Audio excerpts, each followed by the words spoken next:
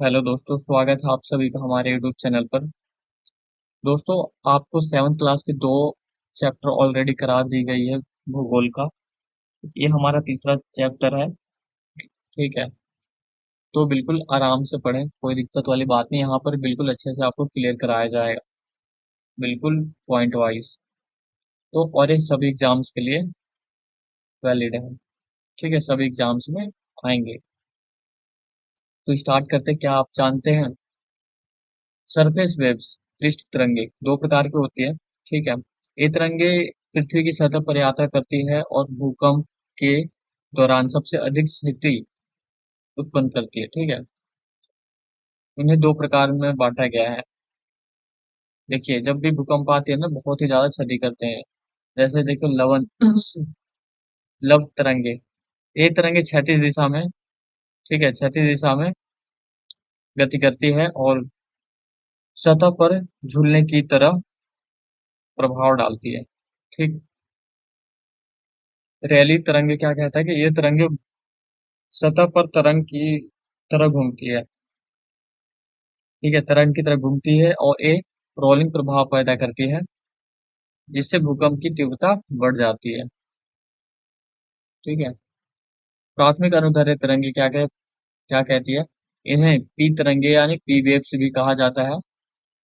ये तरंगे भूकंप के उत्प्रेरण, ठीक है, उत्प्रेरण केंद्र केंद्र से सबसे पहले उत्पन्न होती है। सब मतलब कि सबसे जो कोर भाग होता है वहां से ही उत्पन्न होता है सबसे। ठीक है, और सबसे तेजी होती है, और वो सबसे तेज होती है वहीं पर ही। ठीक है, ये पी तरंगे अनुदैर्ध्य होती है यह, यानी कि इनकी गति का दिशा तरंग की प्रवाह की दिशा के समांतर होती है। यह तरंगे ठोस तरल और गैसीय पदार्थों में भी यात्रा कर सकती है। ठीक है, ये इतना ज्यादा पावरफुल होता है कि ये जो तरंगे होती है, प्राथमिक अनुदैर्ध्य तरंगे, ये तरंगे ठोस, देखिए, ठोस, तरल और गैसीय पदार्थों में भी यात्रा कर सकती है। इतना ज्यादा इसमें प्रभाव होता है। ठीक है, द्वितीय अनुप्रस्थ तरंगे क्या कहते हैं? ये तरंगे इस तरंगे भी कहा जाता है। ये तरंगे पी तरंगों के बाद आती है। ठीक है, अगर पी तरंगे आ गई उसके बाद आएगी, उसके बाद जब खत्म होगी तब इस तरंगे आती है, और ठोस पदार्थों में ही यात्रा करती है। ठीक, ठोस पदार्थों में ही यात्रा करती है। ये जैसे गैस में, तरल पदार्थ में करती है, तो ना इसमें इसमें ऐसा नहीं है। इस तरंगे में इसमें है कि इस तरंगे में कि ठोस पदार्थों में ही यात्रा करेगी। ठीक है, यानी कि इनकी गति की दिशा तरंग की प्रवाह की दिशा के लंबवत होता है, और ये पृष्ठ की अधिक झटके उत्पन्न करती है, और ये अक्सर भूकंप के दौरान अधिक प्रभाव डालती है। ठीक है, तरंगे स्थलीय घनत्व विक्षेपों का अध्ययन करने में सहायता होती है। ये तो ठीक है। देखिए, नेक्स्ट क्या मुख्यतः स्थल स्थलाकृतियां, मेजर लैंडफोर्ड क्या फॉर्म्स क्या है? देखिए, अपर्दन एवं अपद्रव। ठीक है, अपर्दन एवं अपद्रव, अपर्द अपरद्रव। देखिए, क्या होती है कि अपर्दन और अपरद्रव नामक दो प्रकृतियां, ठीक है, प्रक्रियाओं द्वारा पृथ्वी की सतह लगातार परिवर्तित होती रहती है। ठीक है, ये दो प्रक्रिया है जिसके कारण से जो पृथ्वी की सतह है लगातार इनमें परिवर्तन आता रहता है। ठीक, इनके कारण अपवर्तन और अपद्रव के कारण ये दो प्रक्रिया है जो कि पृथ्वी की सतह का लगातार परिवर्तन होती रहती है इसके कारण। ठीक है, और ये क्या हुआ कि पृथ्वी की सतह पर शैलियों को के टूटने के अपरदन की क्रिया होती है। पृथ्वी की सतह पर शैलियों के टूटने से अपरदन की क्रिया होती है। जो सेल जो टूटते हैं ना, सेल्यू जो होते हैं, सेल जो टूट जाते हैं उसके कारण अपरदन की क्रिया होती है। जो भी काम होगा उसके बाद ही होगा। इन प्रक्रियाओं, ठीक है, इन प्राकृतिक प्रक्रियाओं के कारण विभिन्न कारण से स्थलाकृतियां होती है, जैसे भूकंप हो गया, ज्वालामुखी हो गया, ये सब। ठीक है, इनके कारण ही होती है। नदी के कार्य क्या है? Work of reverse. नदी के कार्य में जल के बहाव के कारण अपरदन और जमाव की प्रक्रिया शामिल होती है। जब नदी किसी ऊंचे स्थान से गिरती है तो जलप्रात यानी वाटरफॉल बनता है। ठीक है, आपने देखा होगा वाटरफॉल्स बहुत सारे, है ना? तो नदी का कार्य यही है कि जब भी कोई नदी ऊंचे स्थान से गिरती है तो उसका उसे हम वाटरफॉल करते हैं, तो वाटरफॉल कहते हैं। ठीक है, और यह नदी के कार्य में क्या होता है कि जल का बहाव के कारण अपरदन और जमाव की प्रक्रिया शामिल होती है। ठीक है, मृदापरदन और जमाव की प्रक्रिया शामिल होती है, जो मिट्टी एक जगह से बह के दूसरी जगह चली जाती है। ठीक है, एक जलप्रात। ठीक है, जलप्रात नदी की अपरदन क्रियाएं क्या है? नदी का जल अपने पथ में आने वाली शिलाओं को काटता है और हटाता है। देखिए, मान लीजिए कि नदी यहाँ से ऐसे चलती है, ठीक है, चल रही है नदी यहाँ से ऐसे। अब मान लीजिए इसके बीच में मिट्टी के टीले या पहाड़ आए कुछ, ठीक है, तो क्या करती है कि अपने आने वाले रास्ते में शिलाओं मतलब कि पत्थर को काटती है। ठीक है, टीले को जो भी हो उसको काट देती है और उसे हटा देती है। ठीक है, इसको हटा के अपना रास्ता वहां से स्वयं बना लेती है। ठीक, तो इस प्रकार से नदी चलती रहती है। ठीक है, नदी की धाराएं भूमि की सतह और अपरदन अपरदन कर घाटियां और कंठ बनाती है। ठीक है, नदी की धाराएं जो होती है भूमि की सतह को अपरदन कर मतलब कि उसको काट करके घाटियां और कंठ, जिसे गोर्ज कहते हैं, बनाती है। ओके, नेक्स्ट देखते हैं बालू का। बालू का मैदान में नदी द्वारा निर्माणित निर्माणित स्थलाकृतियां। अपरदन प्रक्रिया देखते हैं, पृथ्वी की सतह पर शैलियों को टूटने से होती है। ठीक है, अपरदन की प्रक्रिया कब होती है? कि पृथ्वी की सतह पर शैलियों को टूटने से। अपरदन के कारण भूमि की सतह पर विभिन्न स्थलाकृतियों के निर्माण होता है।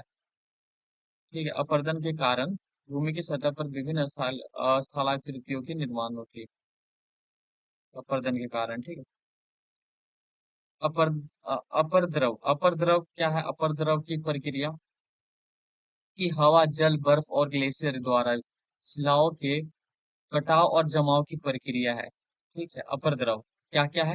हवा, जल, बर्फ और ग्लेशियर द्वारा शिलाओं के कटाव और जमाव की प्रक्रिया है, इसी को हम बोलते हैं अपर द्रव। ठीक है, कहीं जब जब भी हवा से, जल से, बर्फ से और ग्लेशियर द्वारा शिलाओं मतलब कि पत्थरों को कट जाती है, ठीक है, तो उस और जमाव की प्रक्रिया को ही हम इसको अपर द्रव कहते हैं। यह प्रक्रिया धरातल पर नई भूमियों के निर्माण का कारण बनती है। ठीक है, जल प्राप्त क्या होता है? वाटरफॉल क्या होता है? जब नदी ऊंचे स्थान से नीचे गिरती है तो वाटरफॉल मतलब जल प्राप्त का निर्माण करती है। ठीक है, ये पहाड़ी इलाकों में ज्यादातर होती है।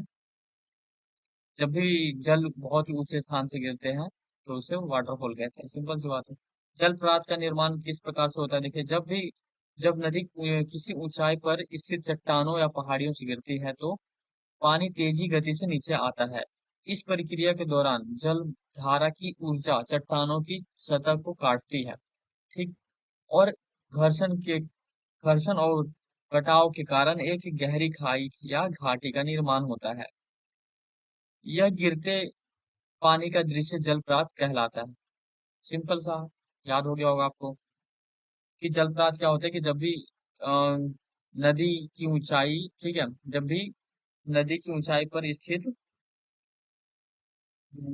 जब नदी किसी ऊंचाई पर स्थित चट्टानों या पहाड़ियों से गिरता है, ठीक, तो क्या होता है कि बहुत ही तेजी से पानी नीचे आता है। ठीक है, तो नीचे आने के बाद वो क्या होता है कि वो सतह पर गिरती है तो उसके कारण से बहुत ही ज्यादा गहराई या खाई, ठीक, घाटी, गहरी खाई और घाटी बना लेती है। ठीक है, तो इसी को गिरते हुए पानी का दृश्य को जलप्रपात कहलाता है। ठीक, जलप्रपात की विशेषताएं क्या है? देखिए, ऊंचाई, हाइट। जलप्रपात की ऊंचाई इसकी विशेषता होती है, क्योंकि ये बहुत ही ज्यादा ऊंचे पे बनी, ऊंचे ऊंचे से पानी गिरता है, तो इसकी विशेषता ये है। ठीक है। यह तय करती है कि पानी कितनी ऊंचाई से गिर रहा है। ठीक। पानी की धारा, फ्लो ऑफ वाटर, कितनी तेजी से पानी नीचे आ रहा है। ठीक। जलप्रपात की धारा पानी की मात्रा और प्रवाह पर निर्भर करती है, जो जलप्रपात की ताकत और दृश्य प्रभाव को निर्धारित करती है। ठीक है। पर्यावरण प्रभाव क्या है, पर्यावरणीय प्रभाव क्या है? देखिए, जलप्रपात पारिस्थितिकी तंत्र और महत्वपूर्ण भूमिका निभाते हैं, जैसे कि आसपास के पौधे और जानवरों को पानी की उपलब्धता प्रदान करना और स्थानीय जलवायु पर प्रभाव डालना। ठीक। तो ये होता है पर्यावरणीय प्रभाव। जलप्रपात की जलप्रपात के प्रकार कौन कौन से होते हैं, जो वाटरफॉल के प्रकार के कौन कौन से? लाइनर जलप्रपात। ठीक है। लाइनर क्या होते हैं? जहां पानी एक एक से अधिक स्तरों पर गिरता है। ठीक। एक से अधिक स्तरों पर गिरता है, मतलब बहुत सारे। ठीक है। जिसे हम कैस्केडिंग वाटरफॉल कहते हैं। सही प्रकार के जलप्रपात क्या होते हैं? जहां पानी एक से अधिक चरणों में गिरता है। और ब्रैड वाटरफॉल क्या होता है? जहां पानी एक चौड़े क्षेत्र से गिरता है। देखते होंगे बहुत ज्यादा चौड़े क्षेत्र से गिरता है, ऐसे पूरे बहुत। नायग्रा का देखे हो जैसे। एक सेकेंड देखिए, आपको एक इमेज, उदाहरण के लिए नियाग्रा नियाग्रा जलप्रपात है ना। देखिए, ये देखिए, बहुत ही ज्यादा चौड़े में गिर रहा है, और बहुत ही ज्यादा पानी है इसमें।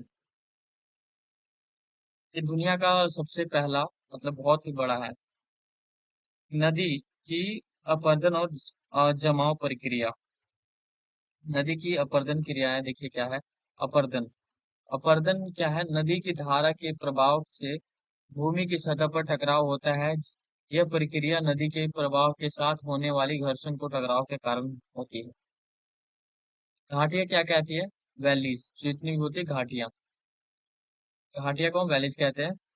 जब जब नदी लंबे समय तक भूमि की सतह को अपरदन करती है, तो एक गहरी और संकीर्ण घाटी का निर्माण होता है।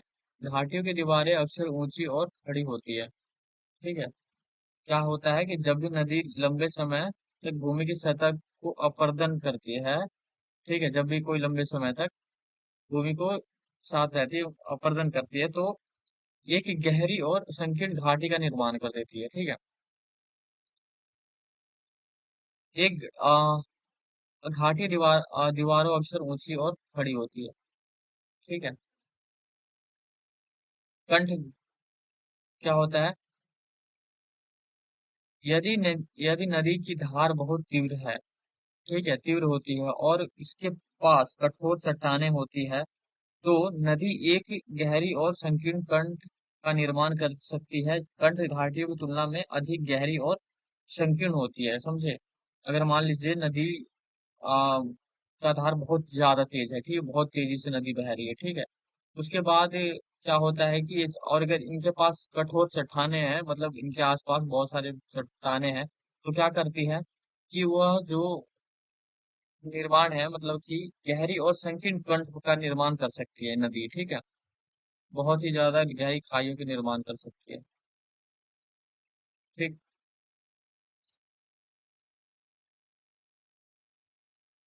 आगे देखते हैं, नदी का जमाव। जमाव क्या कहता है?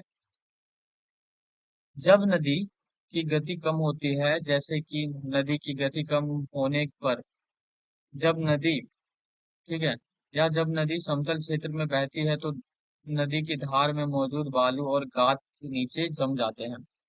ठीक है। आपने जब भी देखा होगा नदी, आपने देखा होगा, तो क्या होता है, जब भी समतल नदी होती है, बिल्कुल सीधी नदी बह रही होती है, बिल्कुल पहाड़ों पे नहीं बहती, एकदम समतल जो नदी होती है, ठीक है, तो क्या होता है कि जैसे सोन नदी हो गया, गंगा नदी हो गया, तो ये सब क्या है, जो समतल नदियां जो बहती है, तो क्या होता है कि जब समतल बहती है, समतल क्षेत्र में बहती है, तो खार में मौजूद बालू और गाद, ठीक है, बालू और गाद में से मिट्टी, मिट्टी धूल जैसे चीजें नीचे जम जाती है, ठीक है, काई, जैसे काई भी हो गया, ठीक है, ऐसी चीजें जम जाती है, तो उसे को हम बोलते हैं जमाव। नदी के किनारे बालू और गाद का जमाव, आपको बता दिया नदी के किनारे कैसे होता है कि यह जमाव नदी के किनारे और उसके बहाव क्षेत्र में होता है, जिससे नए भू आकृतियां बनती है, जैसे कि डेल्टा, ठीक है, और डेल्टा और फ्लड प्लेन, ठीक है, ये सारी चीजें बनती है जब जब भी नदी के किनारे जमाव होता है बालू और गाद का, तो क्या बनती है, डेल्टा बनती है और फ्लड प्लेन बनता है, ठीक।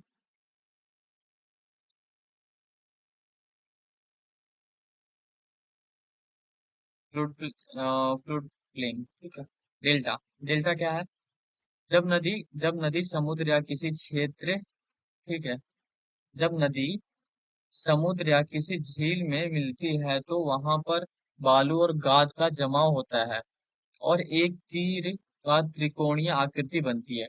देखिए क्या होता है कि जब नदी समुद्र या किसी झील में मिलती है, अगर मान लीजिए यहाँ से नदी गुजर रही है, समझे, और अगर मान लीजिए समुद्र या झील में मिलती है, तो वहां पर बालू और गाद जमा हो जाता है, ठीक है, यहाँ पे बालू और गाद जमा हो जाता है, और क्या करता है कि एक तीर की या त्रिकोणीय आकृति बना लेती है, ठीक है, इस तरीके से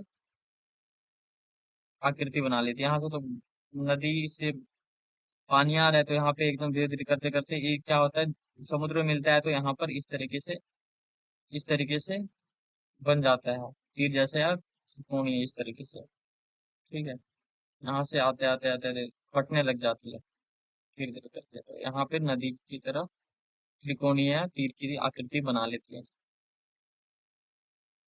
फ्लूड प्लेन क्या कहता है, फ्लड प्लेन, यह क्षेत्र नदी के किनारे पर स्थित होता है, जो बाढ़ के दौरान जल स्तर बढ़ने पर गाद और बलुआ बालू से भर जाता है, जिससे समतल और उपजाऊ भूमि का निर्माण होता है, ठीक है, ये ठीक है।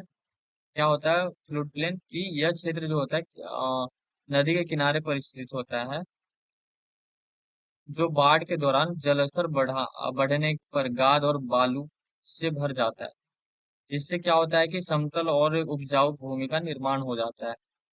जैसे ही बाढ़ आते हैं, देखे होंगे आपने कि बाढ़ जब भी आते हैं तो ठीक है, उसके साथ बहुत सारे बालू, गाद आते रहते हैं, जिससे क्या होता है कि वो जो भूमि होती है, समतल जमीन होती है, उपजाऊ हो जाती है, ठीक है।